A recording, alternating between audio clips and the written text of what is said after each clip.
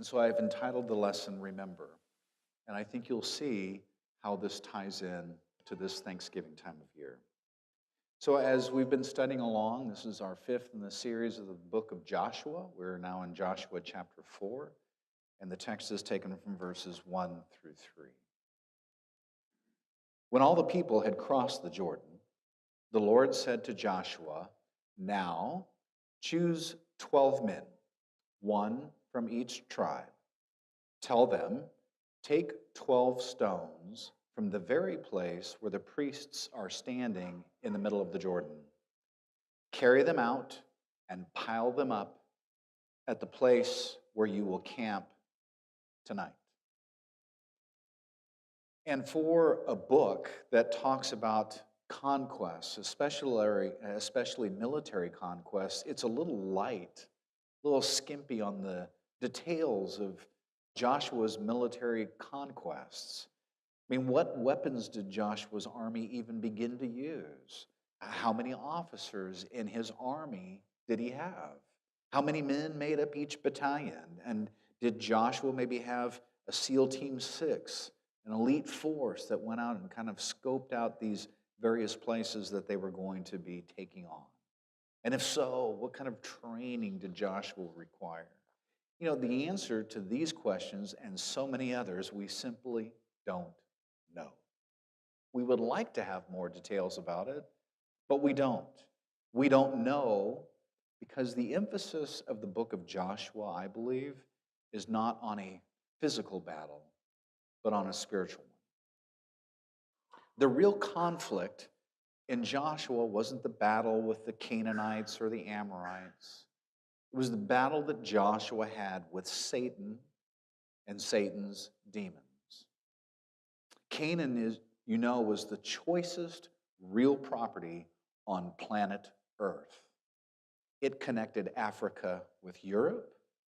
It accessed the Mediterranean Sea. It was marked by fertile fields and valleys. And most importantly, the land was God's gift to Israel. Nearly 7 centuries earlier, God had told Abram in Genesis chapter 12, verse 7, "To your descendants I will give this land." God set this property apart for God's people, and his people apart to then be a blessing to the world. God promised Abram in Genesis chapter 12, verse 2, "I will make you a great nation. I will bless you and make your name great, and you shall be a blessing." And you see, the Hebrew people were the couriers of God's covenant to then a galaxy of people. Israel was the parchment upon which God's redemption story would be written. The city of Jerusalem, the town of Bethlehem, the sacrifices of the temple, the prophecies of all the prophets, all were made on this land. The Redeemer would be born here. He would walk here and live his life there on that land. He would soak that particular dirt with the blood of his sacrifice and shake the very ground with his resurrection. The book of Joshua, you see, isn't about claiming real estate for a bunch of dislocated, disaffected Hebrew people. It's about preserving a stage for God's entire redemption plan. And so as a result of that, Satan's counter strategy then becomes abundantly clear as we start reading through Joshua. Satan's strategy is this: contaminate the promised land and preempt the promised child. Destroy God's people and therefore destroy God's work. Joshua's battle then is not so much a physical one, but it's actually a spiritual one. And the truth is, church, so is ours. Consider Ephesians chapter 6, verses 12 through 16. It's a verse that I'm not going to read to you now, but perhaps pique your interest, like I did with Richard in the Colossians context, and read it. But you can see where our battle is. And the idea of an actual devil strikes many people, I think, as being just a little odd or maybe outdated.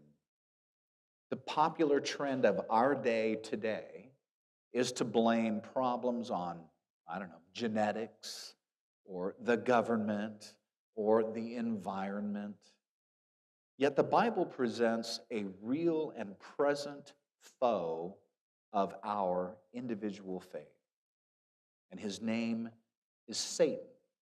Now, some call him the devil, others call him Beelzebub, others call him Belial, or the tempter, or the evil one, or the accuser, or the prince of demons, or even the ruler of this world. There is a biblical context for each of those titles. Whatever name you choose, however, he is the enemy.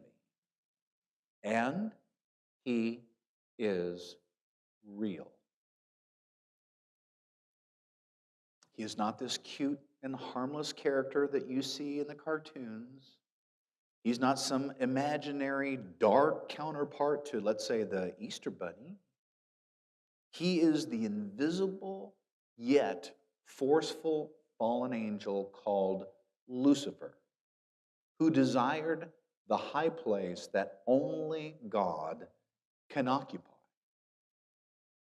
And because of that desire, he rebelled against God and wants you and me to do the same. And if you don't believe that, read 1 Peter chapter 5, verse 8. But anyone who's ever dared to draw near to God has felt Satan's attack. For instance, here's his rap sheet in summary. Satan incited David. 1 Chronicles chapter 21, verse 1. Satan has asked to sift you, Simon, like wheat. Luke chapter 22, verse 31. The devil persuaded Judas Iscariot to turn against Jesus. John chapter 13, verse 2. This woman, Satan has kept bound for 18 long years. Luke chapter 13, verse 16. He has blinded the minds of those who don't believe. And as a result, they don't see the light of the good news. That's what Paul says in 2 Corinthians chapter 4, verse 4.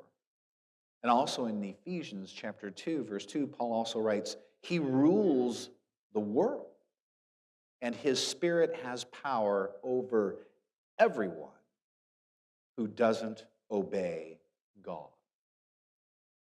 You see, Satan incites and then sifts and persuades and binds and blinds and rules. And he has one objective. John chapter 10, verse 10 says that his objective is to steal and to kill and to destroy. And the truth of the matter is, church, because you're here today, he's pretty ticked off at you. All this talk about promised land living and these past 5 or 6 weeks we've been talking about Joshua has Satan in just a pretty foul mood about you. And he hates you and wants to destroy you. Your wilderness days, before you got to be where you're at right now in your own spirituality, when you're wandering out in the world, that didn't concern Satan.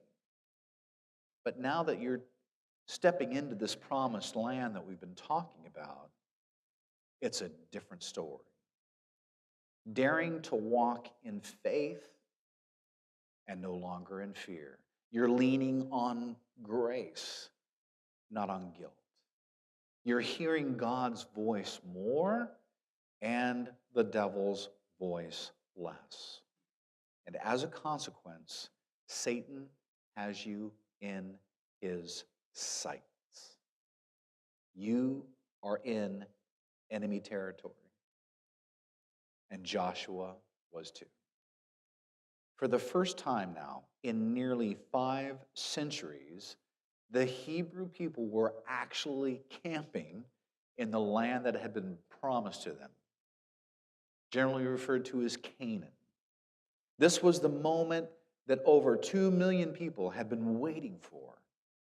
I mean, how many times do you think they had gazed across the Jordan at this lush land that God had promised to them? Some of them, like Joshua and Caleb, had been waiting for 40 long years.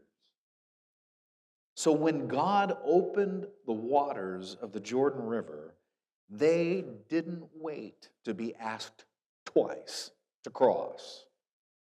In fact, Joshua chapter 4, verse 13 says, all told, about 40,000 armed soldiers crossed over before God to the plains of Jericho, ready for battle.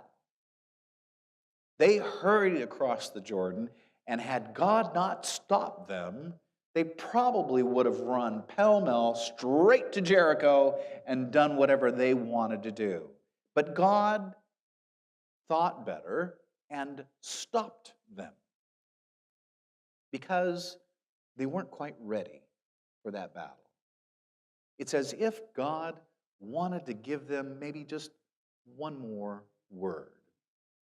So he brought this invasion to a halt, and by virtue of 2 commands, he prepared the Hebrews for the promised land. Joshua chapter 4, verses 1 through 3, our text. Let me just repeat it for you. When all the people had crossed the Jordan, the Lord said to Joshua, now choose 12 men, one from each tribe, and then tell them, take 12 stones from the very place where the priests are standing in the middle of the Jordan. Carry them out and pile them up at a place where you will camp tonight. So Joshua did what he was instructed. He commanded 12 men, one from each tribe, to go back to the riverbed that they had just crossed through. And from the very area where the priest had been standing, these 12 men dislodged 12 large rocks. And as the people watched and the waters resumed their flow, Joshua then commands them to stack these stones in a location where they will be sleeping that evening. And when the 12th rock was securely placed on the top of the heap, he turned to the people and urged them in Joshua chapter 4, verses 21 through 23. In the future, your children will ask, what do these stones mean? Then you can tell them, this is where the Israelites crossed the Jordan on dry ground. For the Lord your God dried up the riverbed right before your very eyes. And I think what I gather from this church and wanted to share with you this morning, that part of our ability to survive in enemy territory is to remember. Remember what God has done for you. Record his accomplishments in your memoirs. Capture this crossing in your memory. Before you look forward to attacking Jericho, maybe you need to look backward to Jordan and see what God accomplished for you there. Satan has no recourse against that testimony because it's your memory. He can't make that become a falsehood. So Satan can't attack you with memories that you have of what God's done for you in the past. Your best weapon against Satan's attacks is a really good memory.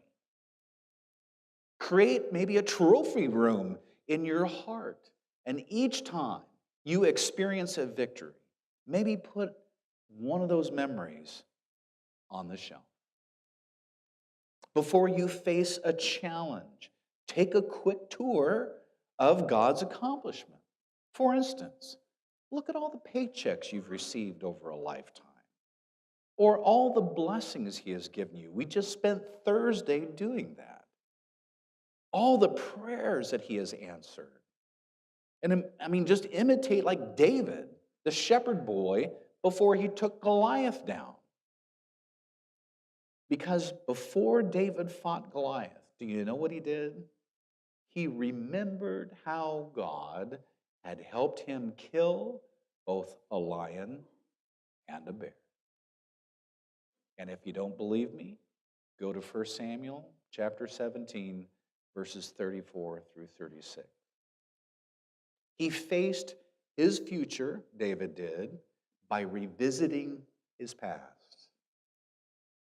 And I think what God was trying to tell his children before going to Jericho is don't go to Jericho until you've remembered your Jordan. Now, I'm thinking that if I'm one of the soldiers, fine, I'll remember the Jordan. Yeah, whatever. Let's get this party started. We're going to take down Jericho. Come on. Let's go. We've been waiting for 40 years. In fact, my generation came up as a result of my parents not doing what you said to do. We've crossed over the Jordan. There's Jericho. Let's go. The stones are stacked. Joshua, okay, we get it. They've been memorialized. Okay, we understand the story. But can we attack now? No, not quite yet. Because God had one more instruction for the Hebrews before sending them into battle.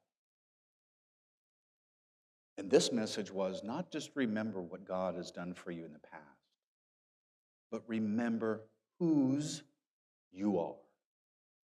Because in Joshua chapter 5, verse 2, God gives instructions to Joshua to do the following. At the time, the Lord told Joshua, make flint knives and circumcise this second generation of Israelites. Now, 600 years earlier, God had inaugurated the practice of male circumcision. But during this wilderness wanderings, the Hebrews had let this practice lapse. And it's not hard to see why. I mean, with hearts hardened, the people ignored God's instructions. And they might have been tempted to ignore them again. But now, I'm thinking, I don't want to be too graphic, but if I'm going to just submit myself to this act, it's going to leave me convalescing for a while. I'm probably not the best soldier to go attack Jericho when I've just recently been circumcised. And in addition to that, if I submit myself to this instruction, how am I going to protect my family? We're in a hostile territory. I have no idea if somebody's going to come attack me. And how am I going to be able to protect my wife and my kids and my family if I'm putting frozen pea bags on my private parts to help me convalesce? Because enemy nations now are watching their every move. I mean, shouldn't the men remain at maximum strength, don't you think? I mean, if you're now in enemy territory and you're going to attack Jericho, shouldn't you be in your best time? Your most physically fit period? Seems to make sense to me. Yet God, apparently, was not concerned with their numbers, their skills, or even their muscles. He wanted them to remember whose they were.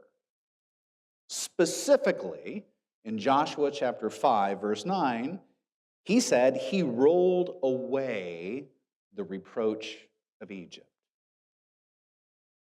The reproach of Egypt. Yeah, the reproach of Egypt. The humiliation of being slaves that had made them subject to insults and disgrace from every other nation on the planet. It was now time, God said, to reclaim your birthright as God's chosen people, and circumcision then was also a symbolic separation from the past.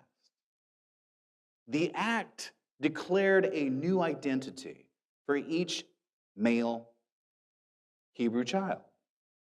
You are no longer who you were, you are now mine. No longer slaves, now you're free. No longer in bondage, now you're liberated. And God's message to the Hebrews in this second instruction was, kids, I want you to remember whose you are.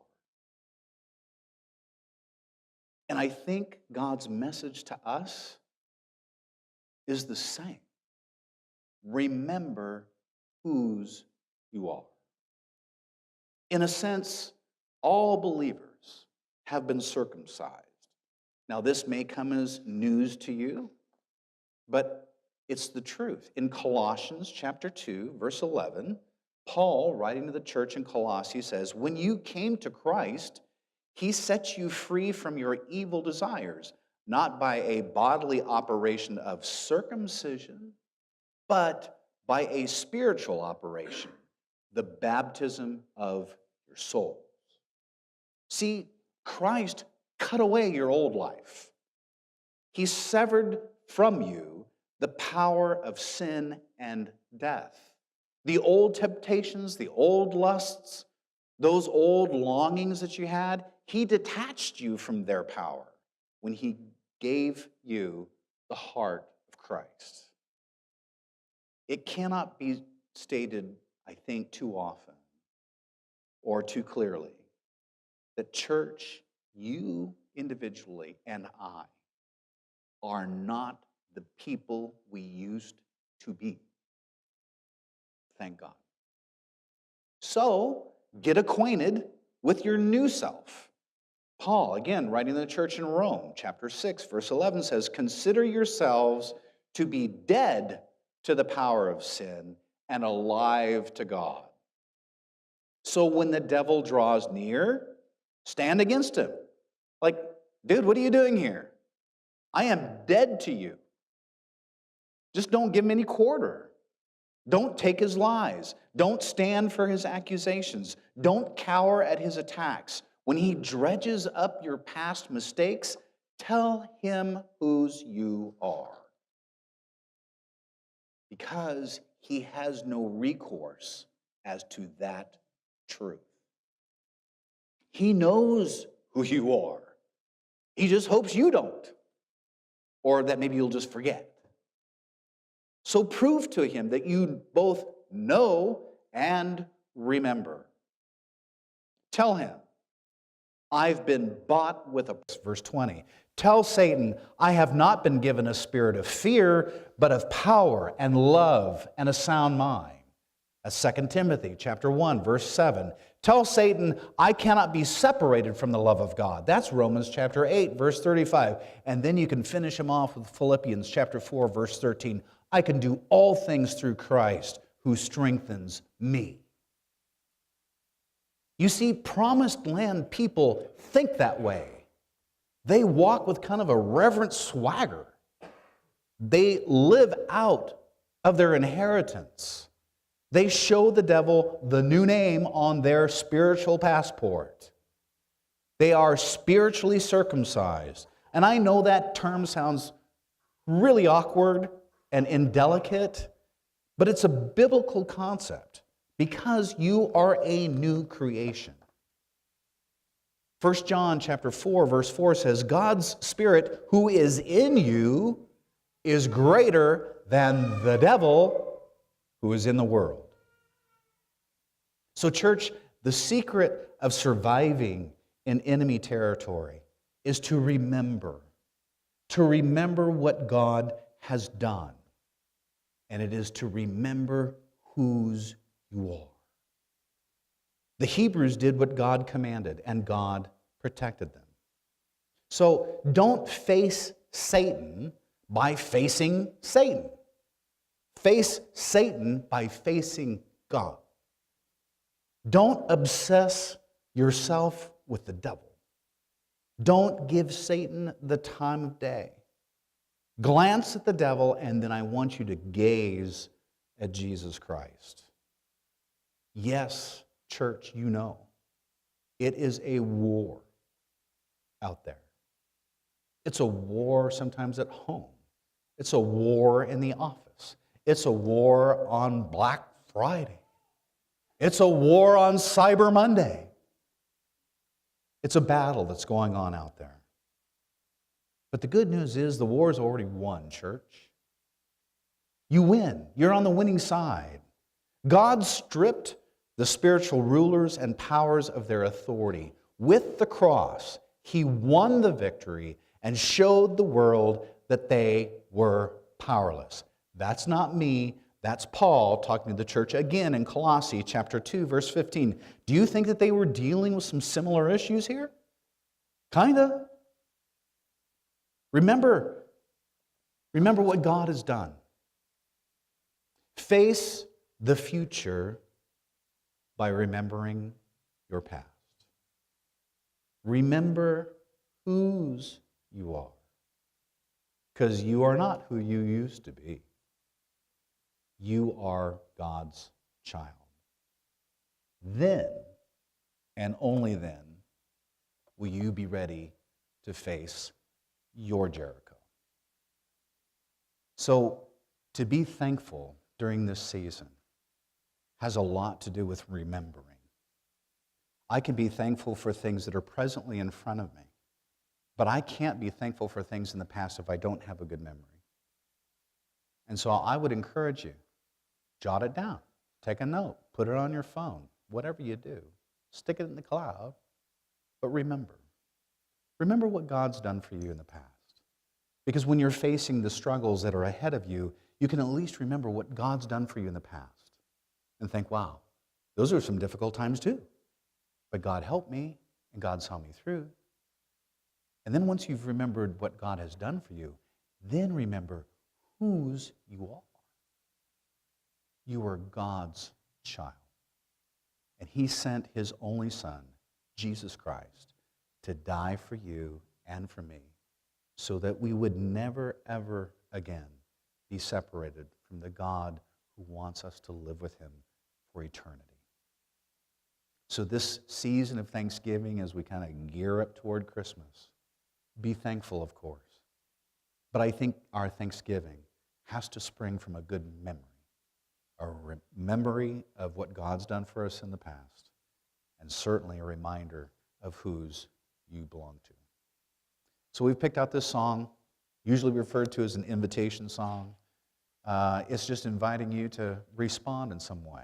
Maybe it's to ask for prayers. Maybe it's to change your life. I don't know. But don't leave this place unchanged. Don't come here and just play church. Come here and allow the Spirit to move you in a direction that maybe you weren't headed this morning when you walked into the door. Yeah. And also, you know that we have an opportunity to have these prayer requests. It's in your bulletin. You can tear it out. And if you would, you can just fill it in. You can hand it up now as we sing this song, and then we'll pray over those requests, and then we'll be dismissed. Let's stand and sing.